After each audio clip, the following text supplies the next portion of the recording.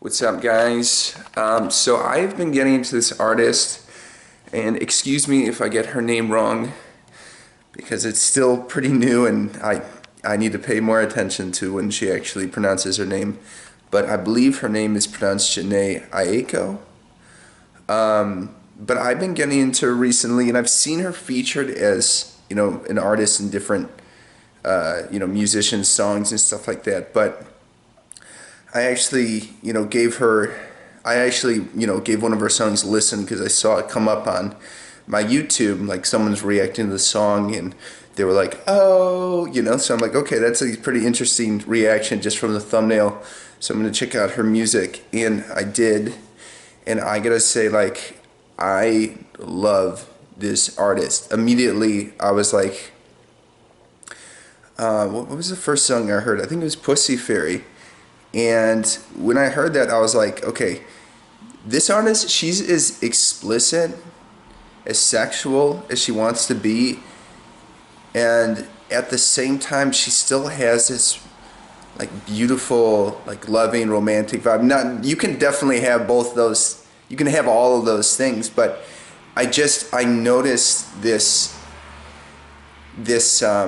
It was just very unique. I've never really felt that sort of vibe before. Like someone who can go so many different places and still have this sense of like spirituality about them. And so I started listening to her other music, and I started researching her some more.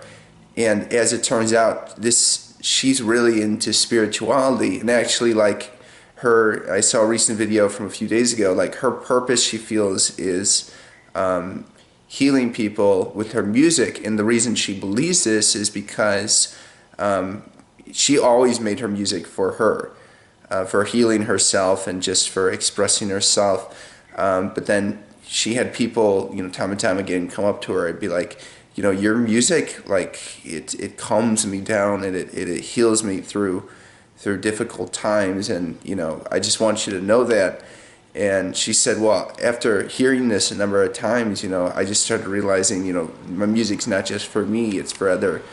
My purpose is to heal people. So that's what she has been doing more recently, is studying healing music and healing bowls, and how different frequencies heal different parts of the body. And I watched a few videos, interviews, and also like a video on her life story, and it's so inspiring. She's a mother. I believe her child is like 11 or 12 or something right now, but she had a child at age 20, and she's actually been on this path, this music path, since she was like 12. And it was only till, it was like 14 years later that she actually had her first album release. And they're like, that's amazing. Like, you've been at this for so long, and it's taken that long to put an album. And she was like, yeah, you just need patience and stuff. And obviously it's going to be different for everybody else. Some people get famous, or not necessarily get famous, but get signed immediately and this and that. But with her, also, like, she dropped out of school in her, like in 7th grade, because she knew, she was bringing alcohol to school, and, she wasn't really close to anybody there, and she loved education, but she didn't like the system. And she, like, intervened herself with her mom. She had an intervention with herself with her mom. She was like, Mom, like, this is what's happening. Like, could I get homeschooled? Because I love learning, but I'm not into the experience of school. And her mom was like, yeah, like, that sounds, you sound like that would be your best option. And so she did that, and it worked out for her. And she said she still had the high school sort of experience because she was really close with her brother and his friends. He was a little older, so she would socialize that way. But so she ended up going to community college to finish high school, I think from like age 16 to 18 or something like that. She said, and that was kind of like a high school experience too. But her brother actually died, and of cancer, when she was around, I forget, like her teen years or maybe her 20s or something like that. But he was her best friend, and you know, losing him was like a huge for her. And she said like she's always compared other guys, other men romantically. She's always looked for another man romantically. She's always looked for her brother in that man. And she's always compared people like, you're not as close to me as me and my brother. You don't make me laugh like me as my brother. And I find that very interesting, because she had such a close connection. She's trying to find that. She explains like, you know, unfortunately, you know, I've been trying to find that in lover all my life ever since then and stuff. Or I think just ever since then.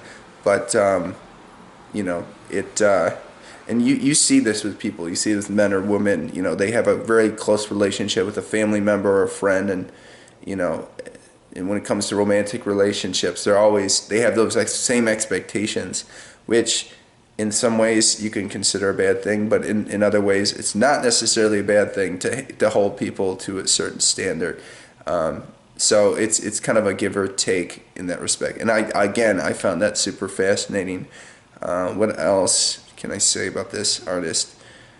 She worked at a vegan restaurant when she was 20, trying to make money for her and her child, and trying to do the music business thing, and it was too hard to do both. So she, you know, took a leap of faith and dropped the vegan cafe thing. Again, like she's really into astrology. She's a Pisces. She's actually a double Pisces, like my brother. So I have a soft space for this woman. Obviously, I have a soft space for this woman. I learned all of this about her, and I liked her so much. And then I find out she's a Pisces, and she loves the idea that she's a Pisces, and and she's a double Pisces. And my brother, who's been like the closest, you know, the closest person in my life, you know, he's also double Pisces. So maybe I feel a draw to her in that respect. When I say double Pisces, I mean she's got her sun in Pisces, if you're in astrology, and she's got her moon in Pisces. So so she took that leap of faith, and you know, it worked out for her and everything. And